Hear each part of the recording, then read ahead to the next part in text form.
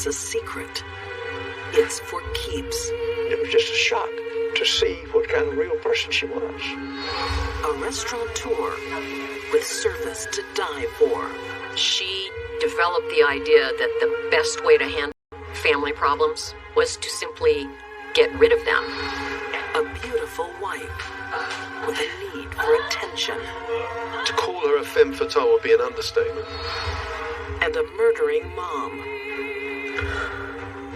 who disappears in plain view. She thought she had found the perfect system of committing murder. These deadly women are not what they seem. They hide behind secrets and lies.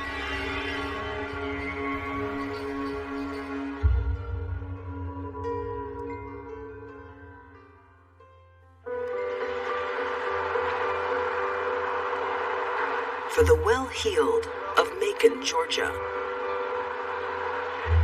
there is only one place to lunch in 1947. It was a real good restaurant. The judges ate there, the doctors, lawyers, people that lived and worked downtown would all go in there for lunch and for coffee during the day. Something brings customers back. That something is 25-year-old Anjet Lyles. Anjet was very good at dealing with people that came into the restaurant, and she shined. It was her world. Anjet was a very beautiful woman. She had a gorgeous face and very good complexion. Everybody loved Anjet.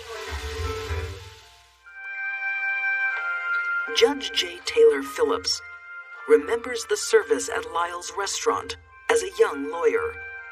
She would come and sit with you sometimes and talk with you. And she was just a nice person. But Anjet's thrilling career is about to be ripped from under her. Her husband, owner Ben, has had enough. What are you doing outside? What's going on? I sold it. You sold it? You sold the restaurant? What happened? Ben sells the family restaurant, along with his wife's dreams. Baby, it's worth twice that. But he will regret it. She tried to cast all kinds of spells. She had all these candles that she burned. Green was for money, and red was for love. Of course, the black candle was for death. Anjet believes in black magic. But when she really wants something, she also turns to more practical agents. She used an ant poison. It was called taro ant poisoning, and it was supposedly very sweet to attract ants.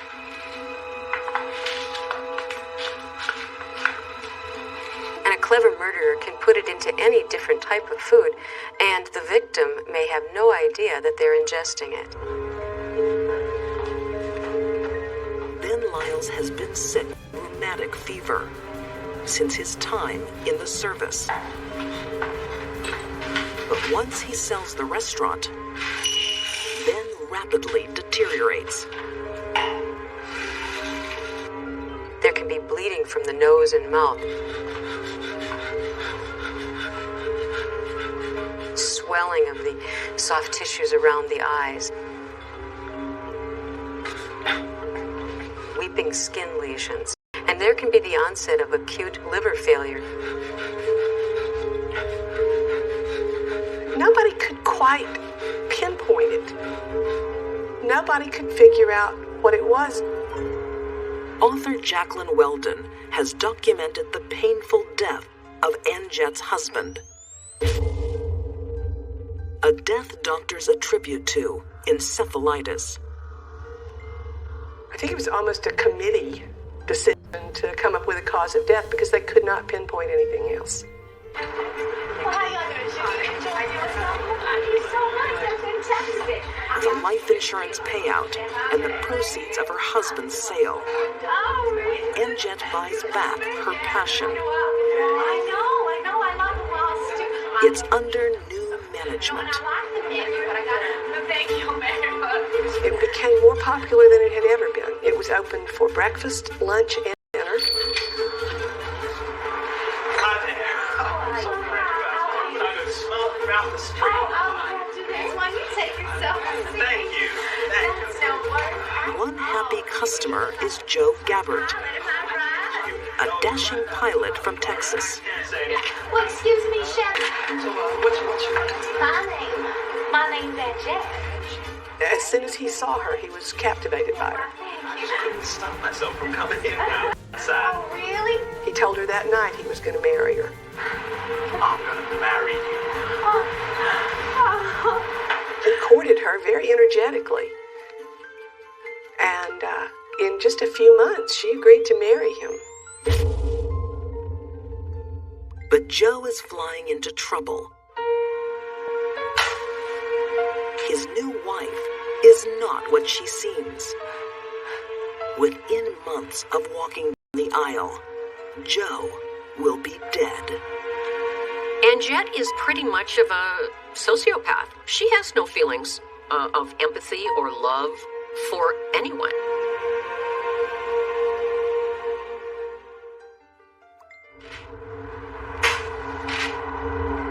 Before she's 30, Ann Jett Lyles has been widowed twice.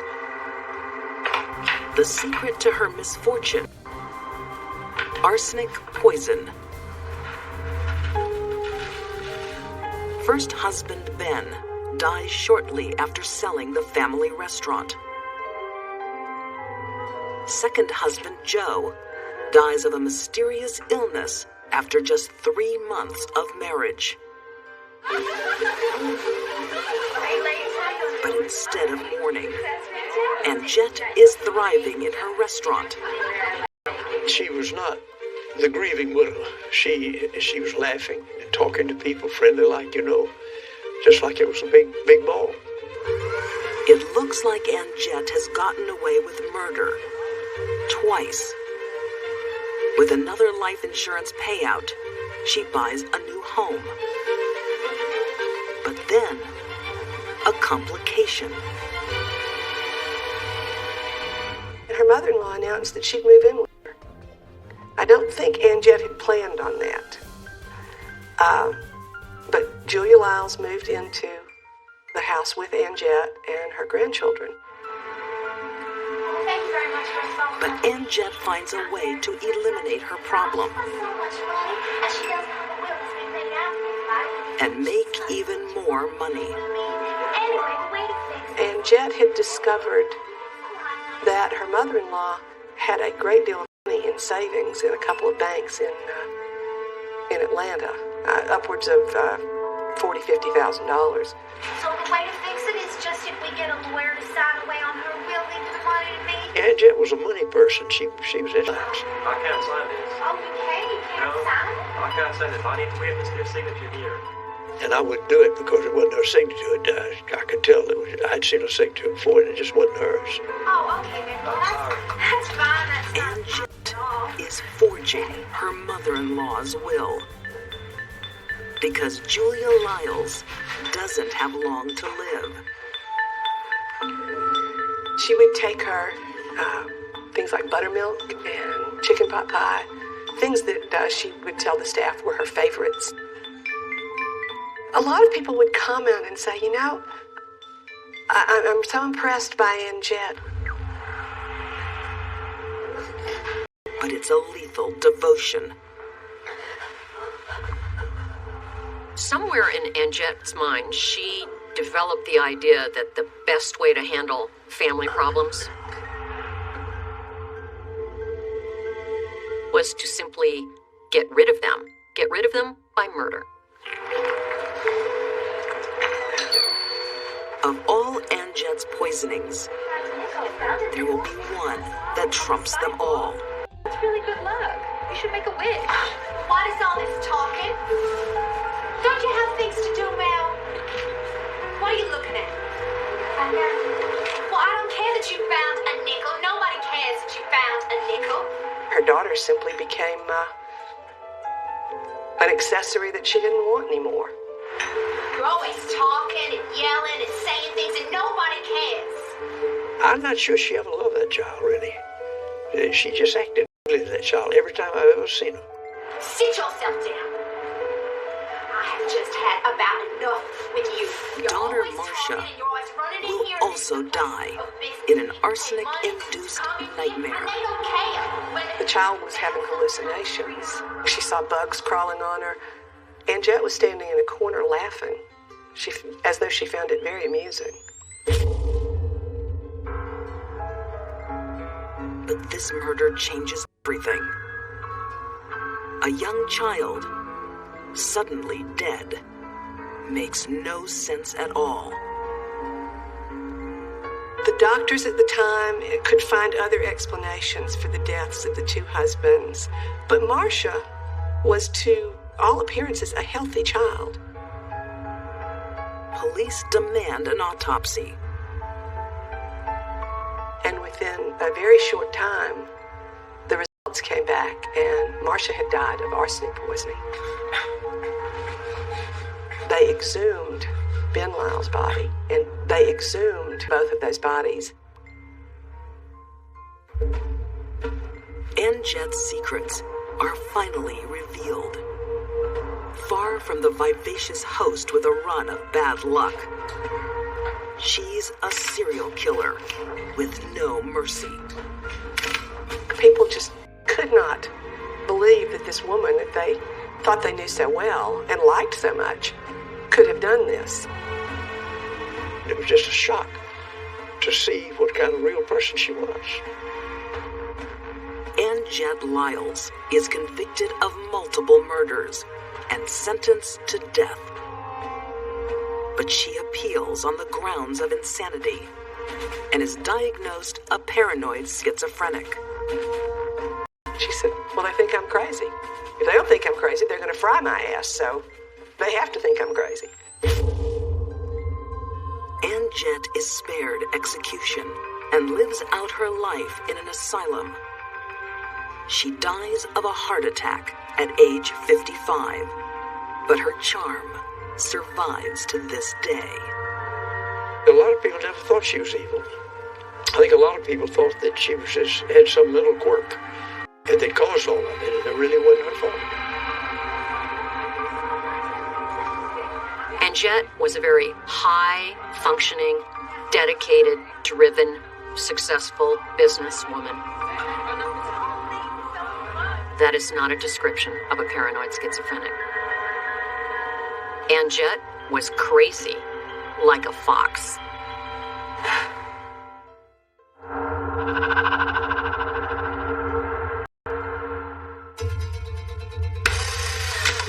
Some secrets aren't very far from the surface. She needed the sexual attention of a lot of men to feel good about herself. Others are deeper. That is a very cold-blooded individual. To call her a femme fatale would be an understatement. In the case of Susan Grund, Susan is a very intelligent, very witty, very lovable person. you have to decide which secret to believe.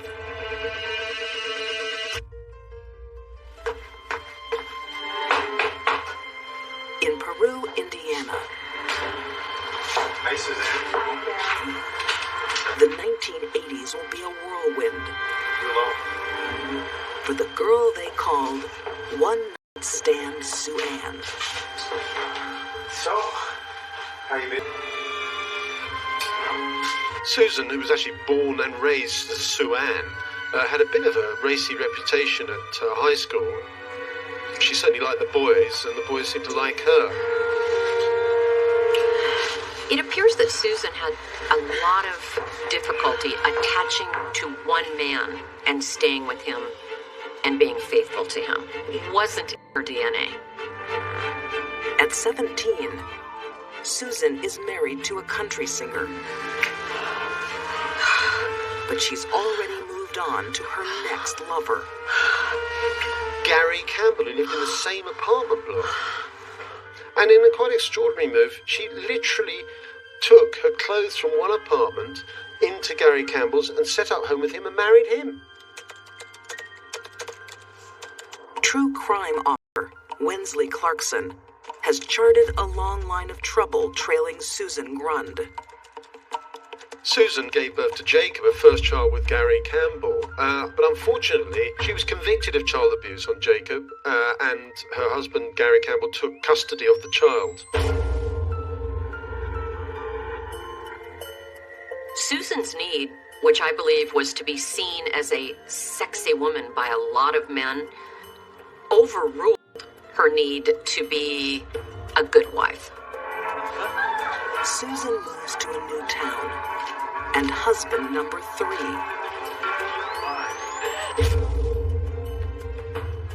She becomes pregnant again, but the marriage doesn't last long enough for the birth. So what does she do? She hotfoots it back to Peru, pregnant with a second child. At 25 and pregnant, Susan meets husband number 4, Jimmy Grund. Once again, Susan bewitched a man. It's quite extraordinary, this. She's pregnant. She goes on a blind date with Jimmy Grund, and soon after that, they fall in love and get married. Susan must have thought the skies had opened for her when she met Jimmy Grund. He was educated, he had money, he had prestige. He was way out of her league. And yet, he was drawn to her. Against the odds, Susan becomes a big name in her hometown. Jim and Susan played a role in, I guess, high Peru society, if there is one. It's a very small town, but... Susan years later. He says she enjoyed the marriage. They had a lot of good times together. She's relayed a lot of fond memories of her marriage to Jim with me, and it seemed like they had a pretty good one.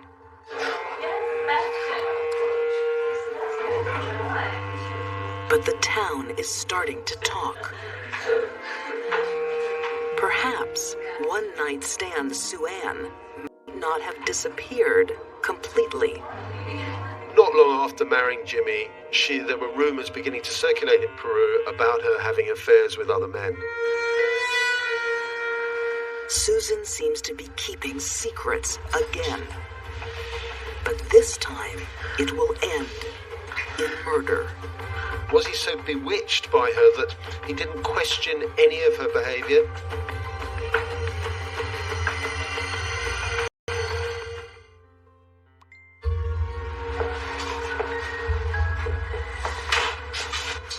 Little Sue-Ann has transformed herself from poor trailer trash to Susan Grund,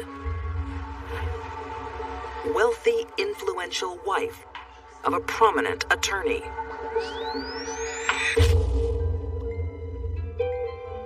But it's about to collapse around her. There were many facets to Susan's personality. One of them was to be the sexy, desirable woman. And the other was to be the socialite, prestigious wife married to a successful man. They didn't mix. So this is the guy? Wow. One rumor has Susan sleeping with her stepson, David Grund. So how do you use it? Safety. Oh. There were plenty who doubted and plenty who knew that it was true. Do you have to cock it before you use it? Yeah, after you cut this one, it's ready to go. Ready to shoot. David totally denied ever having had relations with her, which is to be expected. But enough people in the town knew what was going on. There's one thing on which everyone agrees. Aim with this. Aim this at your target. Arms straight. David owns a 9mm handgun.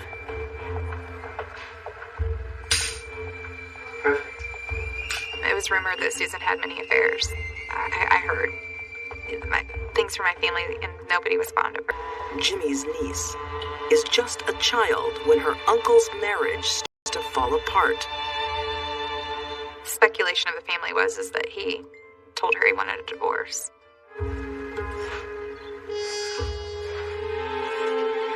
Susan's behavior finally pushes Jimmy too far. What do you think?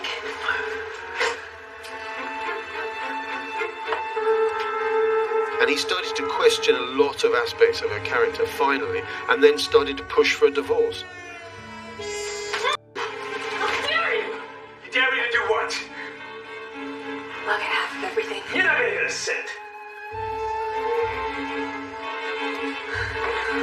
And then, something extraordinary happens.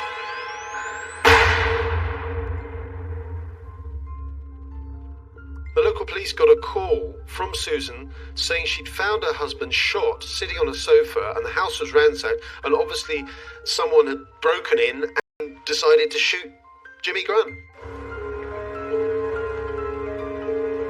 The Grund family don't believe it's robbery. They think it's cold-blooded murder.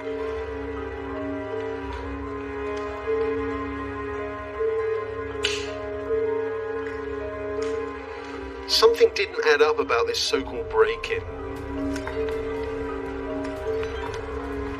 The police themselves were mystified because it's so rare that a break-in results in a shooting.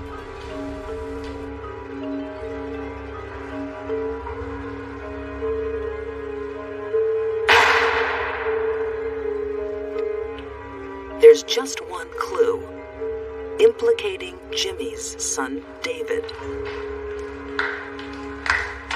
Jimmy Grund was shot with a 9mm pistol, and by an extraordinary coincidence, his own son owned a 9mm pistol, which he'd reported stolen just a week earlier.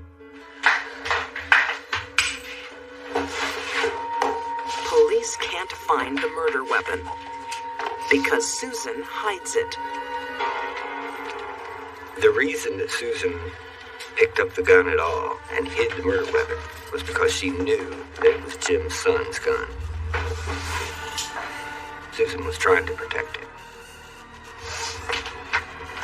The Grunds think Susan is protecting herself after staging a robbery to collect $250,000 in life insurance.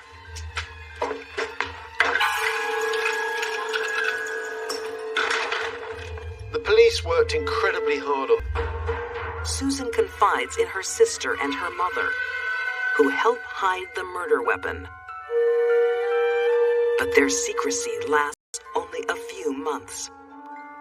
Eventually, Susan's sister cracked. She couldn't cope with the knowledge of knowing what her sister had done. They arrested Susan in November, almost exactly 3 months from the date of Jim's death. Charged her with murder. At the trial, Susan claims innocence, but admits to hiding the gun to protect her lover, Jimmy's son, David. Susan claimed that David had decided that the only way to get rid of Jimmy so that they could be together was to murder his father.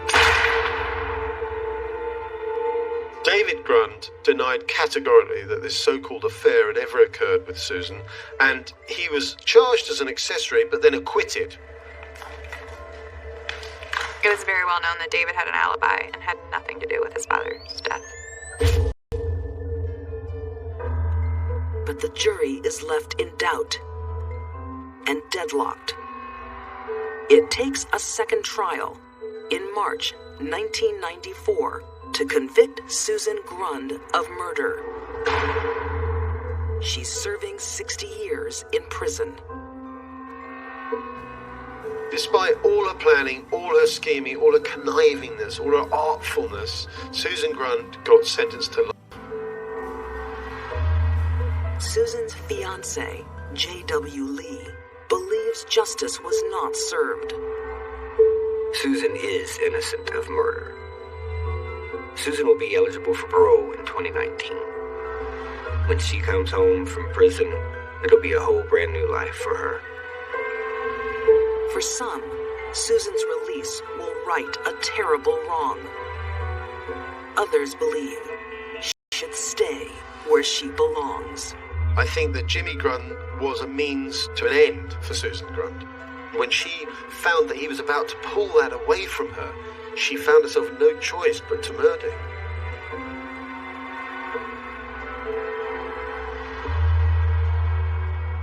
Everybody knew that she had done it.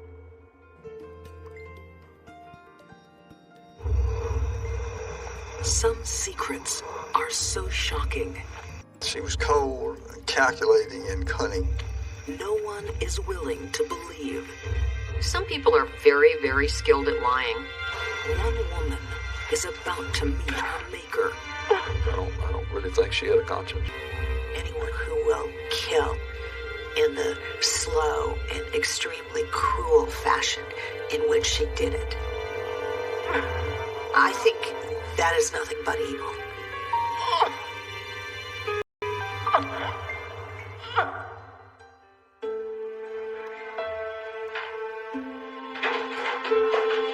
Frank Hilly arrives home from work early, one afternoon, in Anniston, Alabama. Oh, yes. Oh, Lord, yes. He's expecting to find his wife in the kitchen. But she's in the bedroom. Frank! Walter. Marie Hilly is sleeping with her boss. Get dressed. Get out. And this isn't her first infidelity. Marie was having not one, but maybe multiple affairs with people. Author R. Robin MacDonald believes Marie chased the money and affections of more successful men. It was clear that she had affairs with men who she felt could do something for her, that she needed something from. But Marie's stuck with husband Frank and his modest income. What Marie really wanted out of life was to spend lots of money, preferably other people's, and do whatever she wanted to do.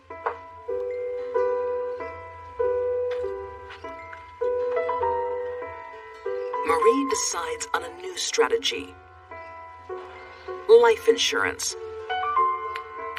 on her husband. In 1975, he's struck by a mystery illness. You sure about this stuff? He couldn't keep food down. He could not keep anything on his stomach. Violent illness. Marie tells her husband she has an antidote. Dollar swears by it. Apparently supplied by her doctor.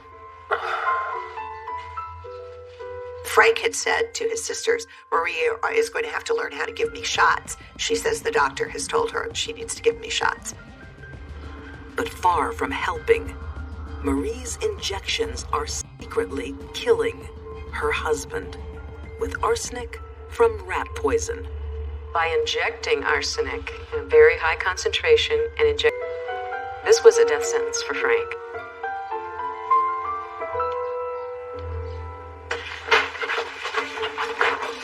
Within weeks, Marie goes shopping with a $31,000 insurance payout. You have to put that in perspective of the time and place. This was 1975. It was a small town in Alabama. $31,000 sounded like a lot of money then. Marie poisoned her husband solely to get the insurance money and to be rid of him.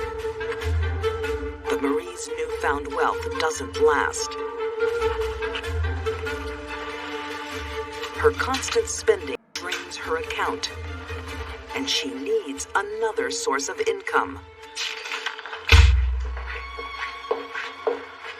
Oh, daughter Carol is now in the hospital with a mystery illness. Did you bring the medicine? Yes, I did. Now remember what I said. No one can know about this. Doctors are baffled, but Marie knows exactly what's wrong. I think that she thought she had found the perfect system of committing murder because arsenic poisoning mimics so many different symptoms. After murdering her husband for insurance money, Marie's now trying to kill her daughter. She insured her life and she wanted the money. Hi, Carol. But before Marie can kill again, there's a breakthrough. A doctor looked at Carol's fingernails and saw the half moons, the traditional signs of arsenic poisoning. In Carol's case, the doctor was astute and was beginning to put together what had happened, particularly in light of Frank's death. Carol is saved. But to convict Marie, police need more evidence of poison. So they exhume her dead husband. Frank had over 100 times arsenic poisoning or arsenic in him that he should have had as well. The evidence incriminates Marie in the murder and attempted murder of her own family. Hello, Marie. Hello, Carol. Well, hello to you, Gary. Marie, do we have a word in private? No. Is anything wrong? When Marie Hilly was arrested, people were actually stunned. I think the nature of the crimes themselves and the suspicion of what had happened and the potential brutality of it really shocked Aniston. The most shocked of all, daughter Carol. I feel sorry for her because she not only was the subject of someone trying to kill her, it wasn't just someone, this was her mother. Marie Hilly might have killed her entire family had she not been caught. But instead of receiving justice, Marie has other plans. Her deceits are not over.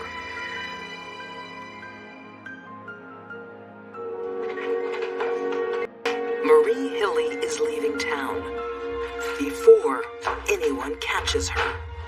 She's skipping bail after being charged with her husband's murder and the attempted murder of her daughter. After Marie left Aniston, she went to Florida, where she assumed an alias. It's Robbie Hannon. She met a man and subsequently married him, became Robbie Homan. Blissfully ignorant of her deadly history,